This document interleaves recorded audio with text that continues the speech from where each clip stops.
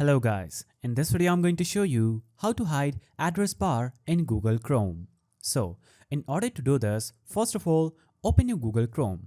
Now, after opening your Google Chrome, you will see this interface. So this is Google Chrome. Now, on this page, you can easily hide the address bar just by pressing the F11 key on your keyboard, and this will instantly hide the address bar and take you into full screen mode. As you can see, this is how it looks like when you hide the address bar. Now, another way to do this is simply navigating to Google Chrome, clicking on this three-dotted icon at the top right.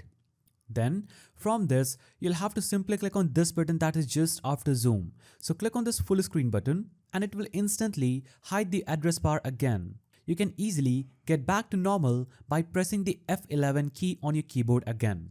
So press F11 to hide the address bar, F11 again to undo this move. So that is the simple way through which you can hide the address bar in Google Chrome.